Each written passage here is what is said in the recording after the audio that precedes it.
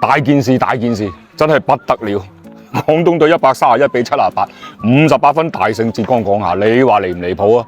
真係好耐都冇見過咁酣暢淋漓，贏到咁淋漓盡致嘅一場比賽啊！我諗唔需要多講啦，係嘛？睇單節每節嘅比分，第一節廣東隊攞咗43分，對方17分；第二節廣東隊攞30分，對方18分。然之後及後嘅兩節廣東隊都係要比對方多好多分嘅得分。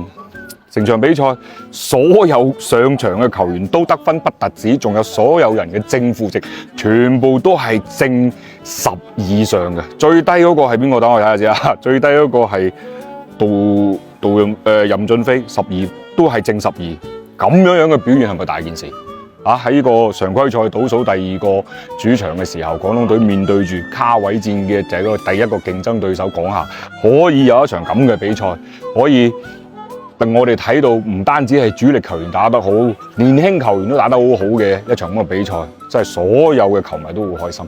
我覺得其實呢場比賽亦都係源自於第3階段以嚟咧，廣東嘅球員啊，佢哋喺場上嘅態度好積極，佢哋對於防守嘅專注度好高。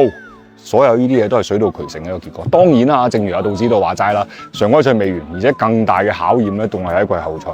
咁好嘅狀態，希望可以 keep 住年輕球員嘅自信，希望唔好唔記得或者唔見咗，因為去到季後賽可能會有更多更加難嘅比賽，更多更大嘅挑戰等緊佢哋。所以我哋亦都希望咧，廣東隊喺打完呢場比賽之後基本上可以穩攞呢個前4嘅位置，但係千祈都係要唔好掉以輕心，都係要穩紮穩打，踏踏實實去準備每一場嘅比賽，係嘛？咁今期復盤咧就講咁多啦，我哋下期再見。